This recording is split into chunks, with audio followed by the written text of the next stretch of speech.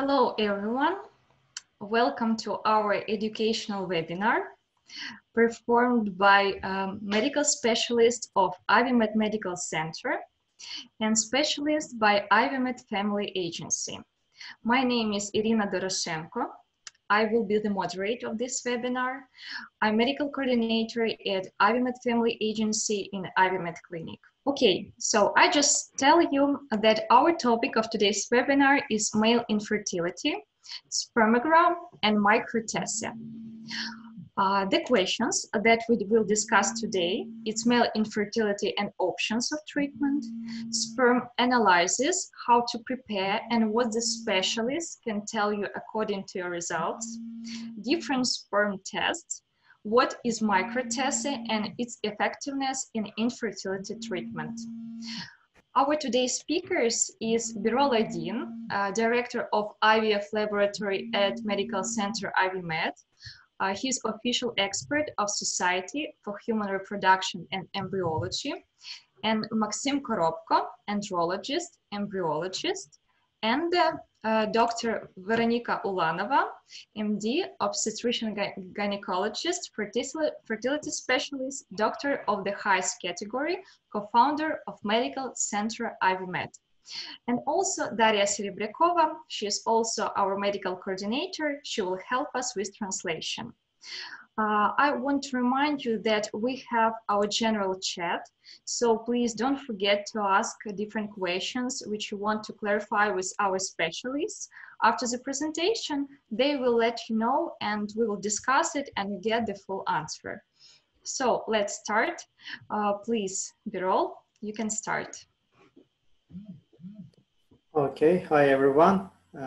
I will try to talk today about microtesia surgery. So microtesia is the unique technology which we are using for azoospermia especially. Also we are starting to use after different kind of research, scientific research for the high sperm DNA fragmentation, which is effective to get low concentration of the DNA fragmentation of spermatozoid and to increase the chance of pregnancy, also increase chance of the IVF outcomes. So why this technique is unique? Because this technique is doing by spatial microscopy and special skills of the andrologist or urologist, because we are trying to get exactly seminal tubules of the testis. So while we are going directly to production center on the testis, so while in this case we can find high quality of spermatozoid, also we can find low DNA fragmentation because apoptotic, like programmed cell death mechanism is working well in the production center, so we can get exactly a perfect quality of DNA quality of spermatozoid through epidemical channel. There are two kinds of azoospermic situation, obstructive and non-obstructive. Of course, when patients go through infertility, there are two cases. While they don't have any sperm production or very low sperm production, and second way, they have another situation like varicocele, like another genetical mutation or disease which they can be able to leave sperm sample. So in both cases, there is a solution by the use technology, also different kind of treatment. So mostly we are interested with, of course, non-obstructive because like 80% of IVF cases coming from this part. If we talk about obstructive, so when patients have specially kind of operation and testicular surgery like a varicocele, main thing, of course, before the operation, they have to freeze their sperm sample because after varicocele, there are two options. First situation, patient can lose all sperm activities for while time, or patient can have very low sperm concentration. Either patient can lose all sperm activity. In this case, of course, while patient will have varicocele operation, best practice before this operation to freeze semen sample. If patient has low concentration or of sperm material. There are different kind of antioxidant therapies by the andrologist, also multivitamin therapies, also like natural diet. But of course, all these therapies cannot make dramatical change on the number of spermatozoids. In this case, of course, IVF is the best choice. We can do different kind of technology in the laboratory. We can get better chance to find high quality spermatozoid for fertilization. If patient has totally azoospermia, then this is the critical issue. Then we have to use kind of technology.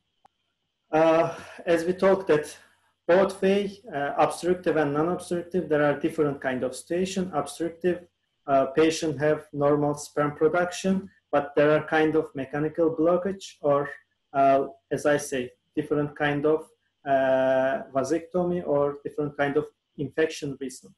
If we go about non-obstructive, of course, sperm production either very low, either totally absent. In this case, we are going mostly testicular surgery. So if we check this diagram, as we see, mostly when we get obstructive azoospermia, if it is genetically, mostly there is no spermatozoid. After vasectomy, so almost 95% of cases lose the activity or very low spermatozoid, especially if have some post-infectious disease. Almost 100% have question about quality of sperm or number of concentration. So what we are doing in this case, 10 to 20% of men, infertile men, is going to IVF clinics. 60 and 70% of azoospermic men as well is going to get kind of treatment through IVF centers.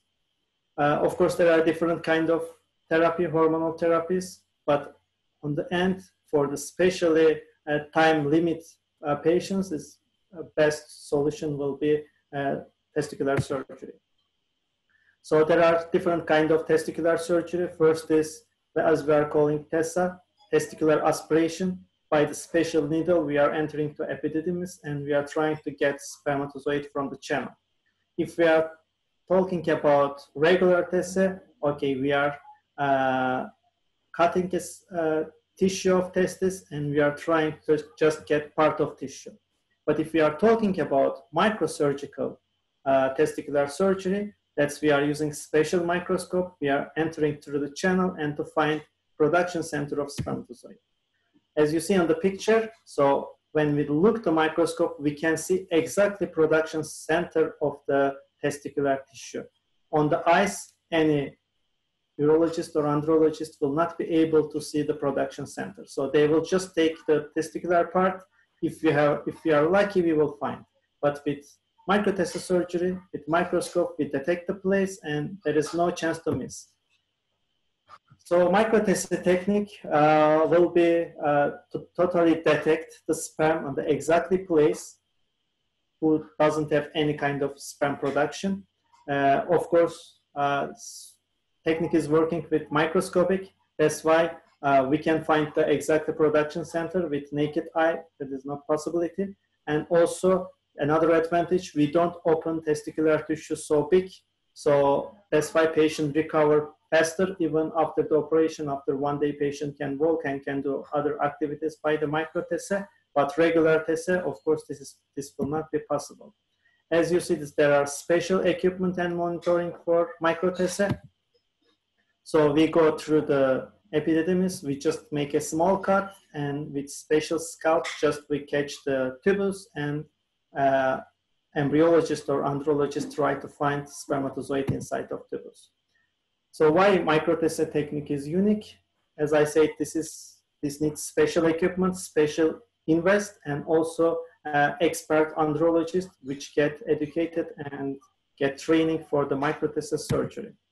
I will show a video how we are doing a micro-TESA surgery quickly. So we are trying to go with small scalpel.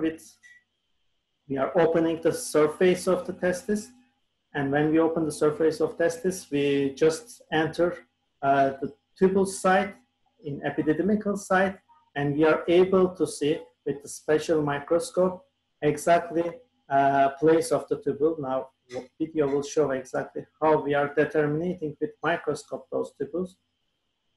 So there are different kind of many tubules, but most of them will be empty. So as you see, it's a almost small cut. Just when we open the epididimical site with spatial microscope, so we are able to determine exactly place of production center. Now they will show us the production center. So then you will understand why this technique is so unique. As you said, we find even all production center of tubules. In this case, we only take little tubules, and there is no chance to miss any kind of spermatozoid. But microwave, of course, there is chance. We will open testis, we will take the tissue, but we will not find anything because there is possibility we miss production center. So if we see the different kind of research between regular testicular surgery and microtesticular surgery, there are big difference as percentage, almost 20% difference, like how we found spermatozoid. That's why microtesta surgery is the unique. If we look after the sperm injection, what we found on microtesta surgery, it's very high fertilization rate, also really high clinical pregnancy rate. Mostly there is no difference than regular normal zoospermic patient because we are getting the high quality of sperm which doesn't have apoptotic programmed cell death or which doesn't have high percentage of sperm DNA fragmentation. That's why we get good quality of clinical pregnancy.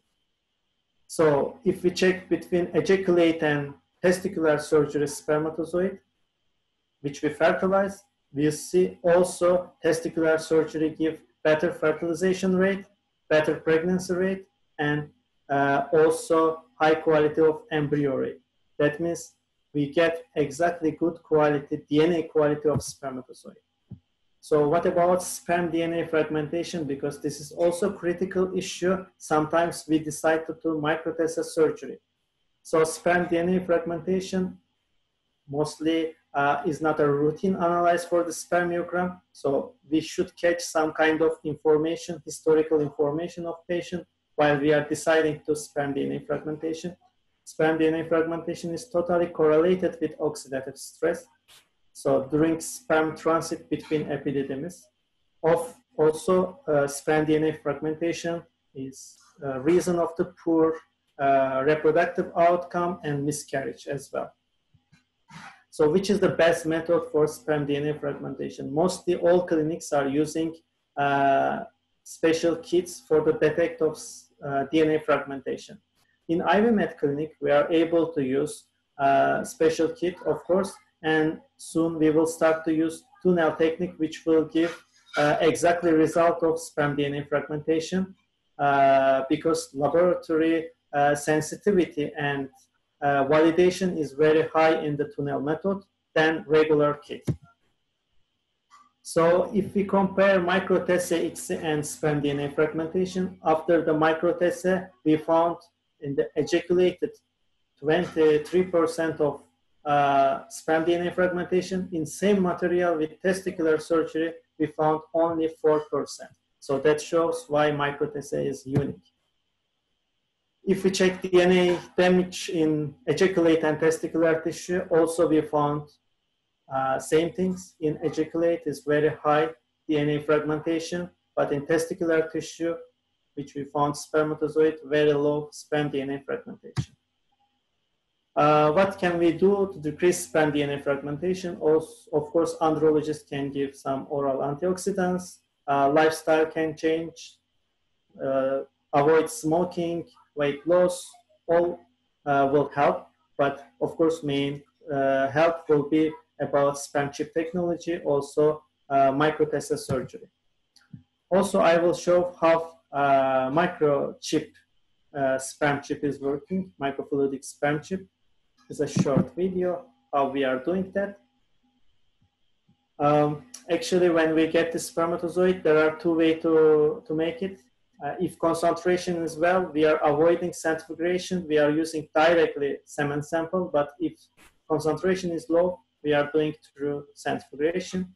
So while we found all spermatozoid through sperm chip, according to their chromosomal heavity and DNA, sperm start to move inside of channel, special channel, which determine their DNA. Some kind of sperm will move and will pass from this channel, but most of them will stay another side because they have some kind of chain broken on the DNA. That's why they cannot pass this special channel. So when we found in the main hole, we just use which DNA is not affected. So if we talk about IVMET result, about sperm chip, how we get, so we already have a very high fertilization rate, almost 84%, like between sperm chip and without sperm chip, almost 10-15% difference we see for the fertilization rate and blastocyst rate. If we use standard sperm selection, we got from same sample 83%, but with sperm chip, 90% of fertilization rate. Same thing if we check about embryo quality rate, almost 15% highest, and of course clinical pregnancy outcome also 10-15% higher than regular standard sperm selection. Thank you so much for such interesting and presentation and video. Thank you. Okay. And our next speaker is Maxim Koropko. Maxim, please, your start. Hello to everyone. Okay. So my topic will be spermiogram, testing and diagnostic value. The number of couples who has been dreaming of a baby for years but have troubles with conceiving is quite large, and almost half of the infertility cases is due to male factor. Therefore, the examination of men's health is as important as women's, and the spermiogram is the most important link in the study of the reproductive function of men. First of all, we need to know what means like term like spermiogram. The term spermiogram means analysis of the ejaculate used in medicine to establish the fertility of a man and identify possible diseases of the reproductive system. A spermiogram is necessary as part of the study of the cases of infertility, a married couple, because as already we maintained, often it depends on the male factor. The study allows us to diagnose male infertility after injuries, in case of infectious disease, in the case of hormonal disorders resulting from chronic disease such as prostatics or varicocele, and during infertility treatment.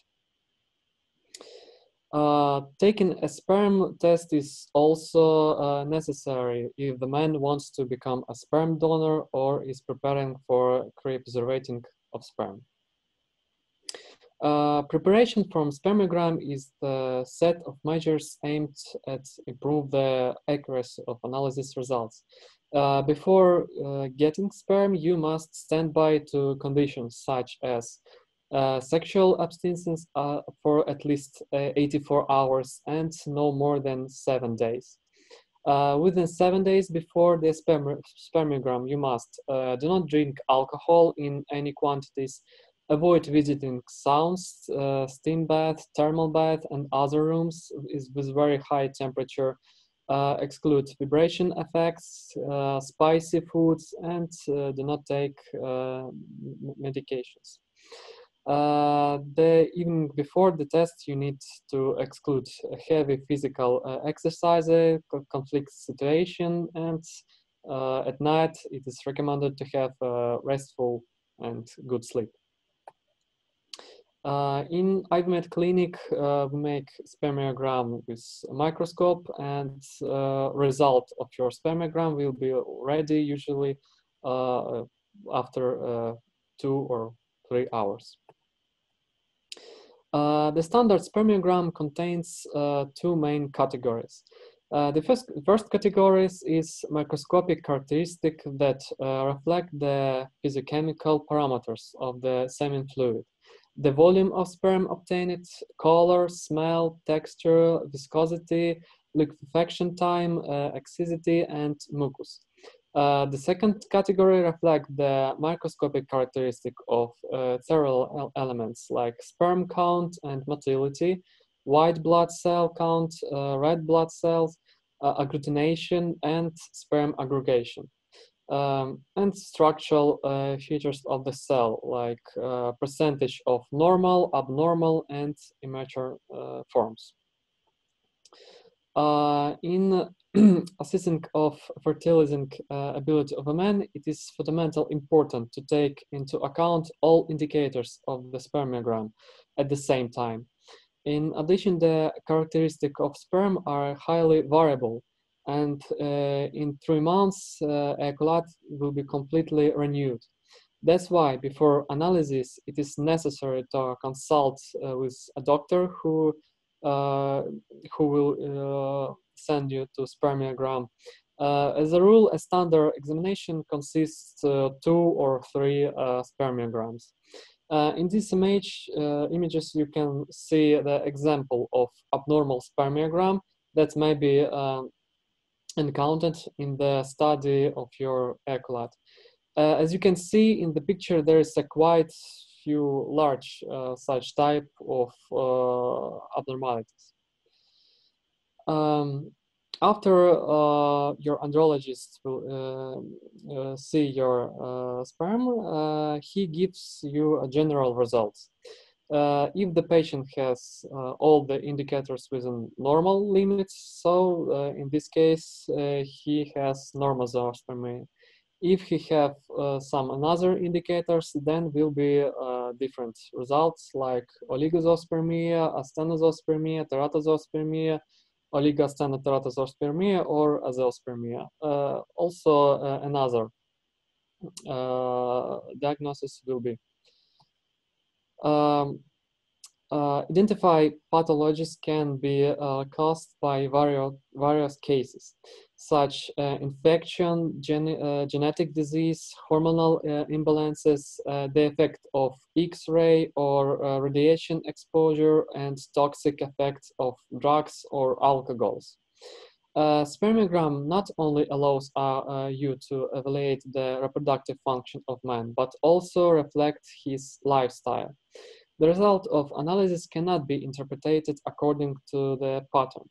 All conclusions and interpretation of spermiogram can only be done by a qualified andrologist, like andrologist in IVMed clinic, who is able to take into account a lot of individual factors. The accuracy of diagnosis and the correctness of the prescribed treatments depend on the description stage. Moreover, the diagnosis is made not only on the basis of spermiogram, but also a complete history of the patient, the result of other examinations and analysis. Also, an important analysis is in our clinic is like sperm DNA fermentation, which Birol Aydin speak before. Which estimates the number of damaged cell and the quality of the genetic material. Also, mark test, which allow to detect the presence of anti-sperm antibodies of motility spermatozoa. And that's all. Thank you for your attention. Thank you for the presentation, Maxim. It was also very interesting. I saw that we have a lot of questions and we start with questions right now. And the first one, I see that it will be to Dr. Veronica. Dr. Veronica, we are planning to have a child and want to prepare for that. My husband is 40. Is spermogram enough or does he need other tests? Daria, please need your help. Здравствуйте, доктор Вероника. Мы планируем завести ребенка и подготовиться к этому процессу. Моему мужу 40. Достаточно ли ему только сдать спермограмму или ему нужно еще какие-то дополнительные тесты? Здравствуйте. Ну, конечно, базовым исследованием является исследование спермограммы. Хотя в возрасте после 40 желательно делать более углубленные обследования, то есть сделать такое исследование, которое называется ДНК-фрагментация спермы, которое позволит определить процент накопленных генетических поломок в хвостиках сперматозоидов, что может быть ассоциировано у мужчин с возрастом. Если показатели спермограммы общие и анализ на предмет ДНК-фрагментации спермы в норме, это не требует обращения к урологу. Если анализы будут не в норме, это требует обращения к специалисту. Спасибо за вопрос. So, of course, the spermogram is the most basic testing, but according to the age, during 40 years old, it's better to do also DNA fragmentation. This test will show how the percentage of chromosomal abnormalities in spermatozoa, in spermatozoa cells, and if the spermogram and the DNA fragmentation test results are okay, so you don't need to, your husband don't need to visit urologist, but if there are any abnormalities or any abnormal results in the testing, it's better to visit the urologist, and thank you for the question. Thank you. The second one, hello, my partner has 54% DNA fragmentation. Is it better to use sperm chip or to do tests? I think this question to Birol. Okay. Actually, we have standard test standardization up to 30% for us in the risk category. So when patient has up to 30% of sperm DNA fragmentation, we are asking firstly andrologist consultation. Of course, there are two options. First option, to use directly sperm chip technology, which will increase the chance of IVF outcomes. And secondly, if our andrologist or urologist give high recommendation for microtesticular surgery to identify exactly low quality of sperm DNA fragmentation, then we are following the second way. But of course, a decision is doing by all together by our team, embryology, andrology, and together with patient. But mostly in such cases, we are solving the problem by the easiest way. I mean, we are trying firstly idea of sperm chip. If situation is critical, if patient have some history, IVF history, let's say 5-6 IVF trial, low embryo development or no blastocyst outcome, then we are trying to go microtestis surgery. Thank you. The next, Maxim, will be for you. My husband is thinking to freeze sperm for the future, but he's worried about mix of the material. How does your lab avoid material mixing? Good afternoon. This is a good question. In our clinic use like two systems of control of biological material. The first is the system of second witness, when someone working with your material, and in this time the second embryologist or andrologist is checking all steps or actions of this first embryologist. The second system is the system IVF ID. This is the first in Ukrainian electronic system for protection date and biological material of patient. The system completely controls our every steps and excludes any human factors. So you can be sure your biological material will be never mixed in our clinic. Okay, the next one to Birol. Hello, how many times in a year does IVMed microtest? What is IVF success rate after tests?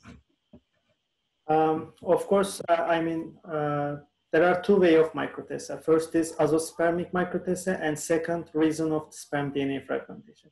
While we are so selective about sperm DNA fragmentation, we don't have huge number of microtessa. Also as azoospermic, we don't have huge number, but I can say yearly we have around 50 to 60 microtessa surgery.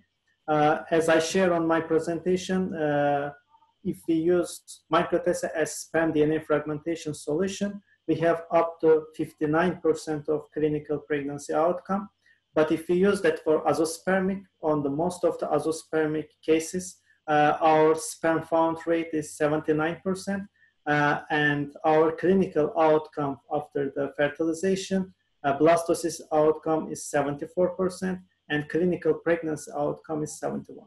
So we have high pregnancy outcome after the microtessa, and that is the normal, should be like this, because we have to understand we are just getting poor quality of spermatozoid through channel. Of course, this increases the chance. But of course, this is unique, as I say. I mean, you cannot find in any different clinic such technology. Okay, there are several clinics in the world keeping such technology and expense, but finally, we are giving this service to our patient, and our IVF outcomes is good about this. Okay. The next question to Dr. Veronica. My husband and I are trying to get pregnant for 3 years. Doctors say that I have kind of allergy reaction to sperm, the damaged sperm, and makes it impossible to get pregnant. Please, doctor, what can we do in this case? Мой муж и я, мы пытаемся завести ребенка, забеременеть 3 года. Доктор говорит, что у меня своеобразная аллергическая реакция на сперму мужа, которая как бы уничтожает сперму и делает это невозможным забеременеть. Доктор, подскажите, что мы можем сделать в этом случае? Спасибо за вопрос. Проблема несовместимости, так называемая, когда есть антитела у женщины, которые повреждают сперму супруга, может быть решена такой репродуктивной технологией, как внутриматочная инсеминация. Для этого нужно, чтобы были проходимы трубы, то есть это исследование является обязательным.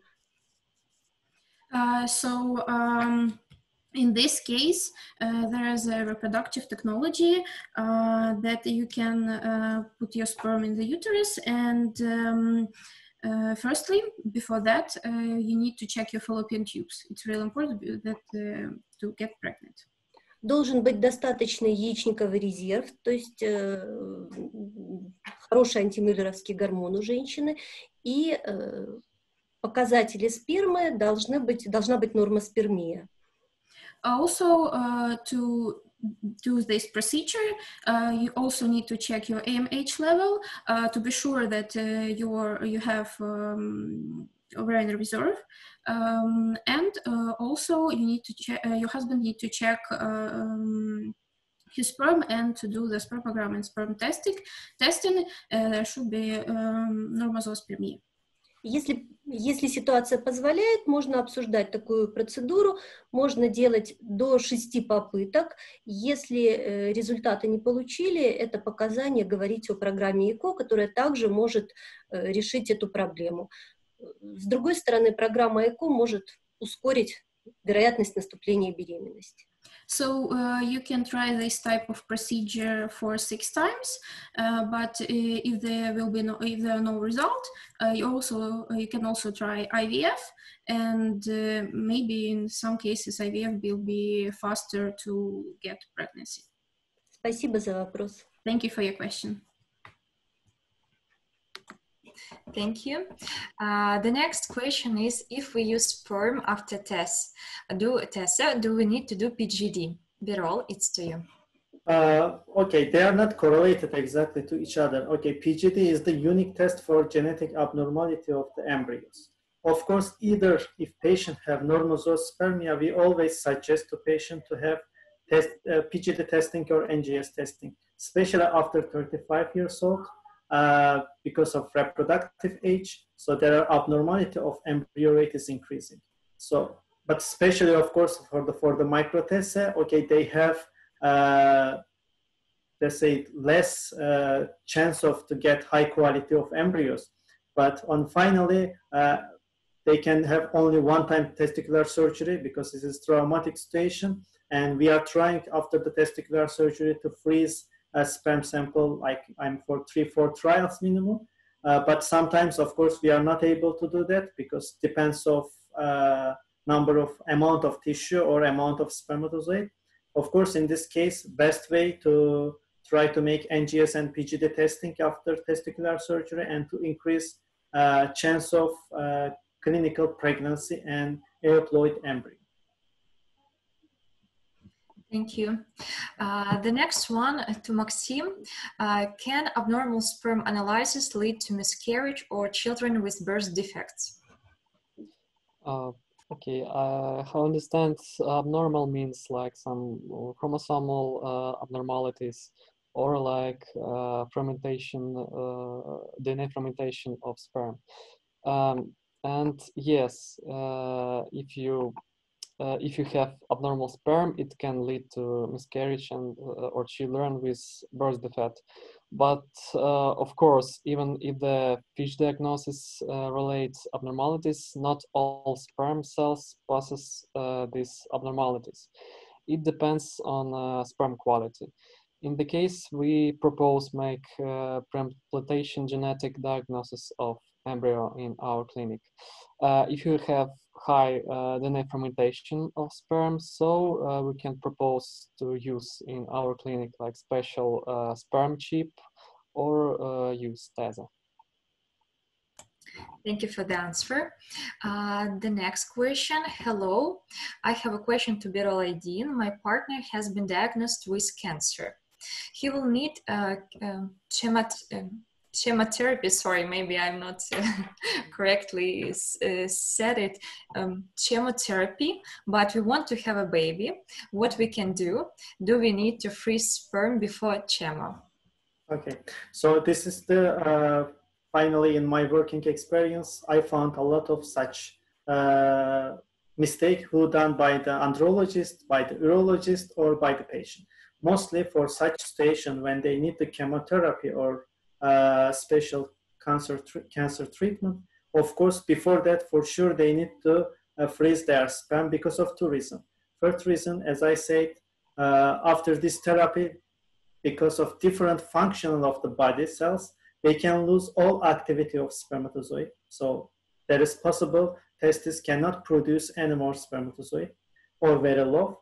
And second things, because they will get chemotherapy and amount of radiation will increase in the body, and of course this will affect the genetic quality and genetic aneuploid rate of spermatozoid, and it will affect directly to quality of embryo, and also during the pregnancy it will affect the healthy baby life birth.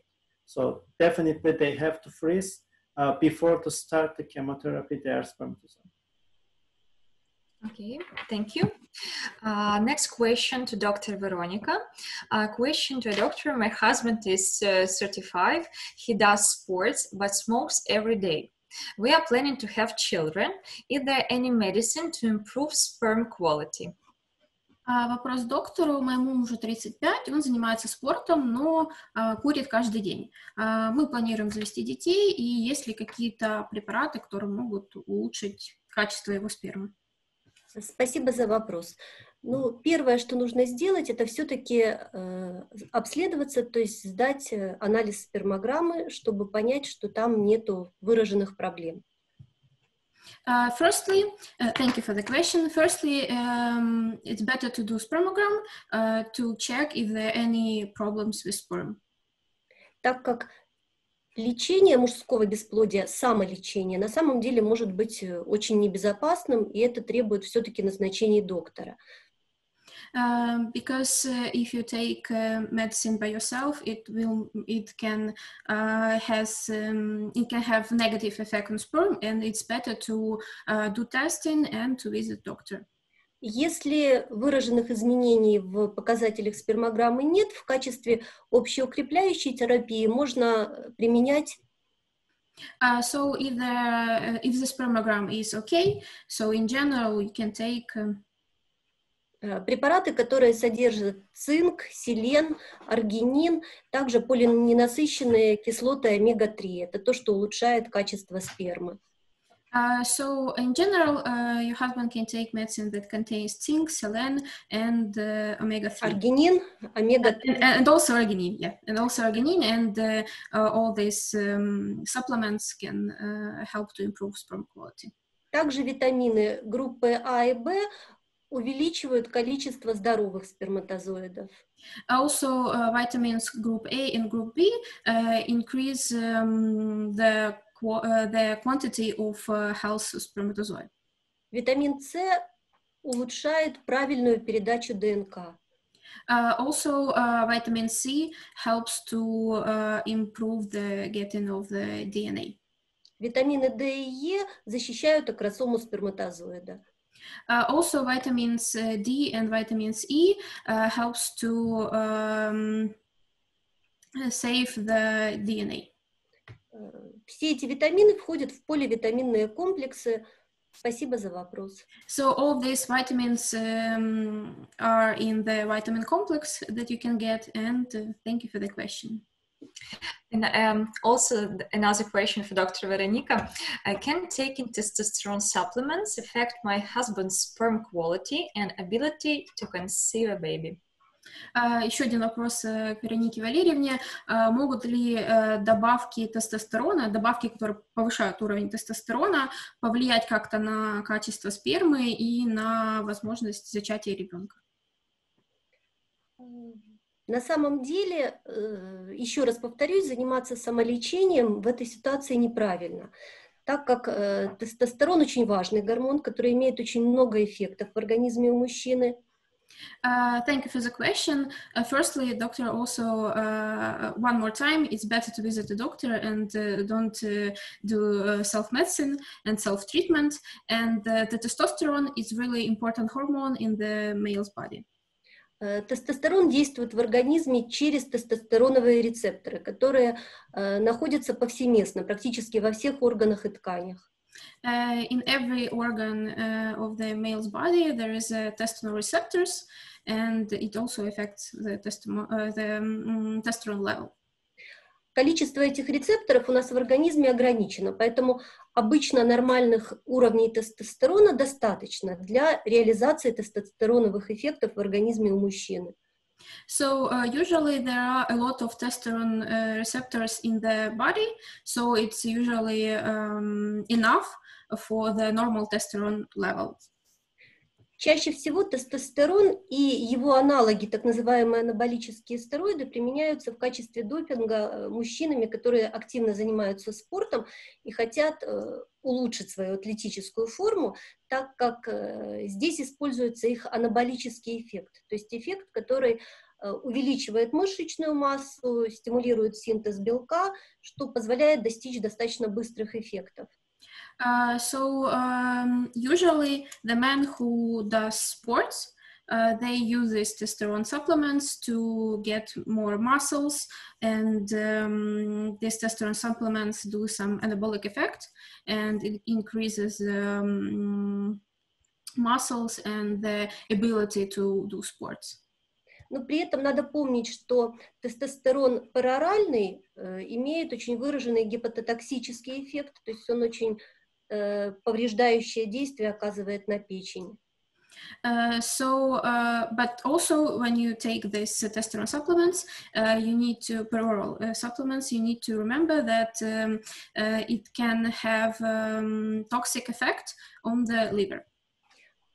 Тестостерон, который вводится инъекционно, и его аналоги, анаболические стероиды, при этом надо помнить, что оказывают эффект на все органы и ткани при их длительном применении в высоких дозах, и, соответственно, имеют много побочных эффектов, в том числе и ухудшают качество спермы. So when you take the injections of the testosterone or anabolic steroids, it also it has an effect on every organ of the body and on different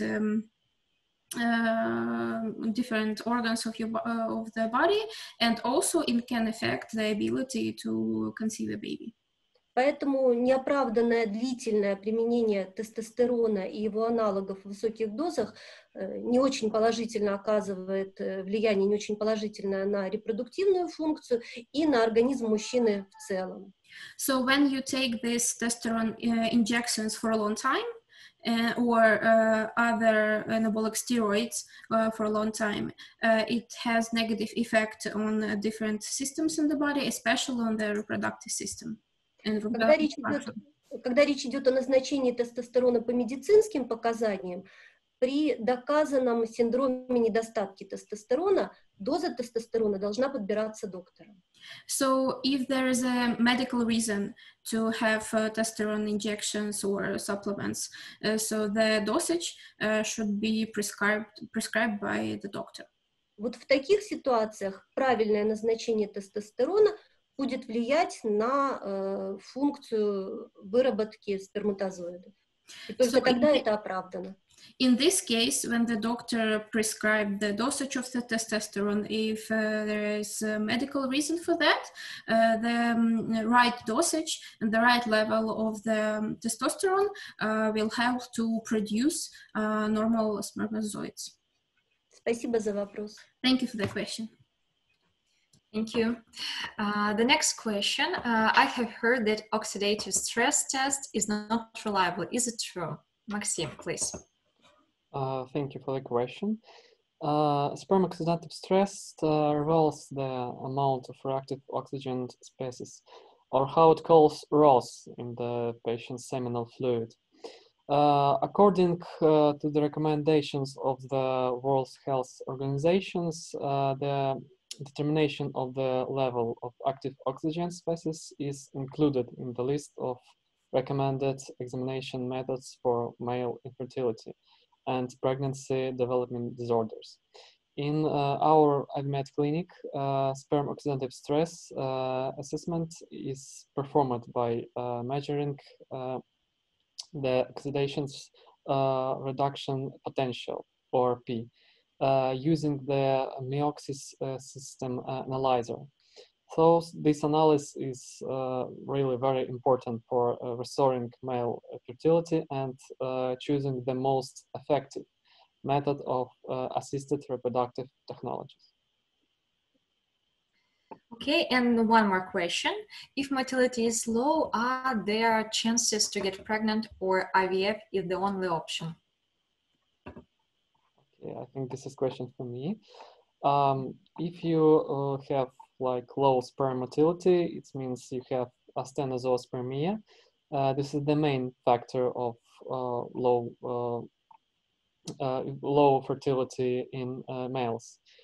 The extent of medical intervention in zoospermia is different and depends on the reasons. The male reproductive system cannot function properly without the necessary substances for the rise motility of your sperm. It's like L-carnitine, antioxidants, vitamin E and B9, zinc and selenium. The production of normal sperm is prevented by tight-fitting underwear. Also, men with poor sperm motility are advised not to take a hot bath and saunas. Experts recommended wearing loose, non-restrictive clothing. But if none of these treatments proposed by your doctor, of course, did not help, so it is an occasion to think about IVF in our clinic. Thank you so much for the answer. The next one, I think, will be to Birol. If we use sperm after TESE, do we need to do PGD? Okay, Vicky wants for this question, but once again, I will give. Okay, it's okay. Sorry, I just think that I'm not talking about. Okay, but let's give once again. Yeah, I mean, as I say, PGD is the different for the embryo aneuploidy because chromosomes is coming from the male and from the female. So this is complex, kind of complex gene reaction. So for any patient who is going to do IVF, especially after 35 years old, main suggestion of all experts and ours also to done PGD or NGS to choose euploid embryos. So this will be, first will be cost effective. Second, they will not lose time for anomaly embryos to transfer and they just get disappointed. And third, of course, psychologically, that will be positive from their side.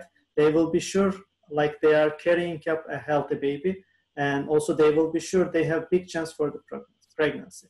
Doesn't matter we have microtessa or regular normal zoospermia, we always suggest to do NGS or PGD testing. Thank you again for addition. The next, my brother wants to do vasectomy, a reversal procedure.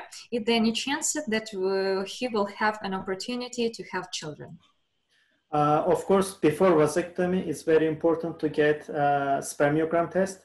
If he has spermatozoid, for sure we need to freeze, because 40% of the cases after vasectomy operation, we find out they lose activity for the several period after the vasectomy testing till testes recover mechanically themselves, or they lose total activity. So in this case, of course, best way to freeze spermatozoid, but still 50-60% of vasectomy after the operation, they continue to produce spermatozoid. But of course, there's a big risk to take before the operation. Best way to freeze sperm sample. Thank you so much. And the last question, I saw that this participant prepared, so there will be a few questions. I have low anti-Müllerian hormone and my husband has low sperm quality. Are there any chances for us to have a baby? We are thinking about embryo donation, but still want to try to have our own child. And it will be, I think, question to doctor, the patient mentioned. Again, we are talking about motility. If motility is low, are there chances to get pregnant, or we need IVF? Also, if the patient has a low anti-Müllerian hormone and her husband has low sperm quality, what to do? We were thinking about embryo donation, but still want to try to have own baby. По порядку. У меня низкий АМГ, и у моего мужа низкое качество спермы. Есть ли какие-то шансы для нас забеременеть, завести ребенка? Мы думаем про донацию эмбрионов, но еще хотим, может быть, попробовать завести своего собственного ребенка. И вопрос к врачу, возможно ли это? Есть ли какие-то шансы? Спасибо за вопрос. На самом деле недостаточно вводных для того, чтобы ответить на этот вопрос однозначно. Но to be honest, we don't have a lot of information to give the whole answer for the question. Здесь важно понимать возраст супругов, в частности, возраст женщины, да, тогда будет понятно, насколько действительно целесообразно бороться за свои яйцеклетки. Если возраст до 40, да, возможно, даже при низком АМГ вероятность получить правильный эмбрион, в общем-то, есть. Опять-таки, можно рассмотреть вариант накопить oocyты и повысить вероятность получить правильный для переноса эмбрион. So firstly, we need to know the age of the couple, of husband and wife, and especially the age of the woman. For example, if the age is before 40, even if the AMH is low, there are still chances to get pregnancy and to have a child, and one of them, and also to have an good quality embryo. And one of the options is to do several stimulations and to preserve several oocytes, and after that to get embryo. С точки зрения супруга надо понимать, что значит низкое качество спермы. Возможно, это будет требовать дообследования в варианте фрагментация ДНК спермы, то есть определить количество разрывов или повреждений цепочек сперматозоидов, и, возможно, микротезы, о которой рассказывали наши эмбриологи, также позволят улучшить ситуацию, да, и позволят получить правильный на перенос эмбрион. So talking about husband side, we need to know what is low sperm quality and if there are any abnormalities. So doctor recommends to, for example, to do a DNA fragmentation test and to see if there are any chromosomal abnormalities in the spermatozoids. And also, as our speakers told today, microTESA can also help to have good quality of embryos. Если возраст супругов старше 40, тем не менее, при некатегорически низком АМГ можно пробовать свою стимуляцию, получить свои клетки, но при этом надо обязательно обсуждать генетическое исследование эмбрионов перед тем, как переносить их в полость матки. So, if the age is after 40, both of husband and wife, you can try to do own stimulation, but also before the embryo transfer, it's better to do pre-implantic genetic test and to check if there are any abnormalities in the embryo. Спасибо за вопрос. Thank you for your question. Thank you for the answers. We have already answered on all questions. So I want to thank you all participants of our webinar and our specialists who provide us an answer on all questions and provide interesting information. Next webinar will be dedicated to surrogacy program in IVMed Medical Center. So we invite you. Thank you for your time. Stay care about yourself and your families, and see you next time. Thank you.